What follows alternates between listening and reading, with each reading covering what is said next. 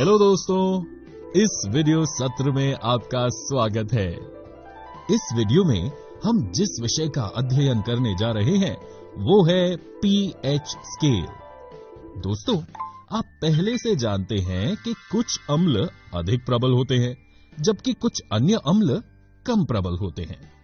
क्षारकों के मामले में भी ऐसा ही है। इनमें से कुछ अधिक प्रबल होते हैं और कुछ कम प्रबल होते हैं।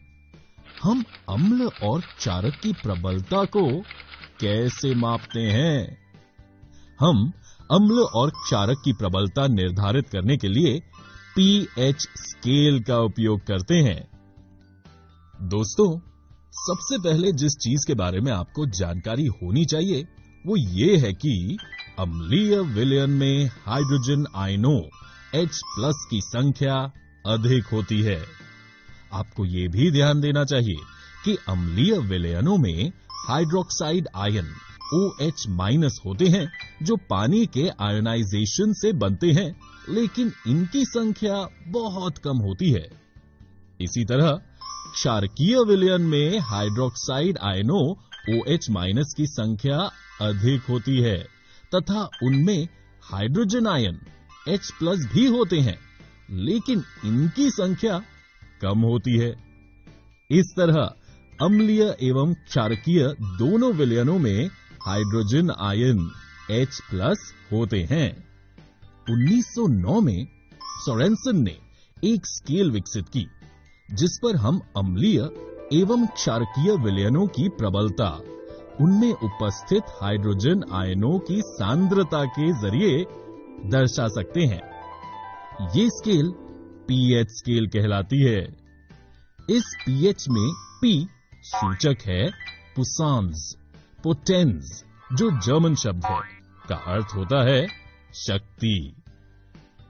सोरेनसन ने अपने पीएच स्केल पर अम्लीय एवं क्षारकीय विलयनों में हाइड्रोजन आयन की सांद्रता को 0 से 14 तक की संख्याओं के साथ सरलता से जोड़ा। साधारण भाषा में पीएच को एक ऐसी संख्या के रूप में देखना चाहिए जो किस विलयन की अम्लता अथवा क्षारकीयता को दर्शाती है। हाइड्रोजन आयन की सांद्रता जितनी अधिक होगी उसका पीएच उतना ही कम होगा। ये ध्यान रखना महत्वपूर्ण है कि पीएच केवल एक संख्या है और इसकी कोई इकाई नहीं है। किसी भी उदासीन विलयन, ऐसा विलयन जो अम्लीय या क्षारकीय नहीं होता, के पीएच का मान 7 होगा।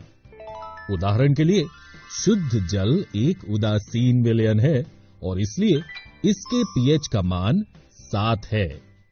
इसलिए पीएच 7 मान वाले विलयनों अर्थात उदासीन विलयनों का मिथाइल ऑरेंज या फिनोल्फ्थलीन जैसे सूचकों पर कोई प्रभाव नहीं होगा। अब अम्लीय विलयनों के पीएच के बारे में बात करते हैं। अम्लीय विलयनों का पीएच 7 से कम होता है। उदाहरण के लिए पीएच 4, पीएच 4 वाला विलयन प्रकृति में अम्लीय होगा। ये भी ध्यान रखना महत्वपूर्ण है कि एक विलयन में अम्लीयता की प्रबलता जितनी अधिक होगी उसका पीएच उतना ही कम होगा। उदाहरण के लिए पीएच 1 वाला अम्लीय विलयन पीएच 6 वाले दूसरे अम्लीय विलयन की तुलना में बहुत अधिक अम्लीय है। इसलिए सभी पीएच 7 से कम वाले विलयन प्रकृति में अम्लीय हैं और इसलिए वे नीले लिटमस को लाल कर देते हैं और साथ ही वे मिथाइल ऑरेंज सूचक को लाल कर देते हैं। अब हम क्षारकीय विलयनों के पीएच मान के बारे में बात करके इस चर्चा को आगे बढ़ाएंगे। क्षारकीय विलयन में पीएच का मान 7 से अधिक होता है। उदाहरण के लिए पीएच 11 का एक विलयन प्रकृति में क्षारकीय होगा।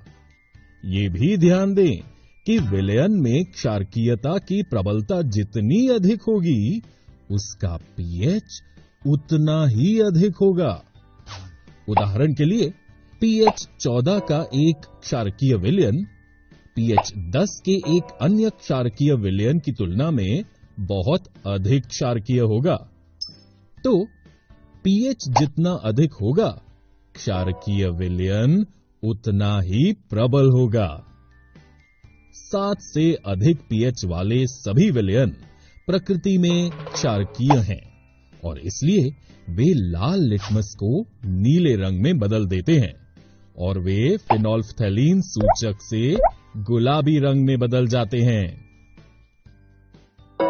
इसलिए दोस्तों, हम ये निष्कर्ष निकाल सकते हैं कि पीएच 7 पर एक विलयन उदासीन है। जैसे जैसे किसी विलयन का पीएच 7 से घटता जाता है, विलयन में हाइड्रोजन आयन की सांद्रता बढ़ती जाती है और इस कारण अम्ल की प्रबलता बढ़ती चली जाती है।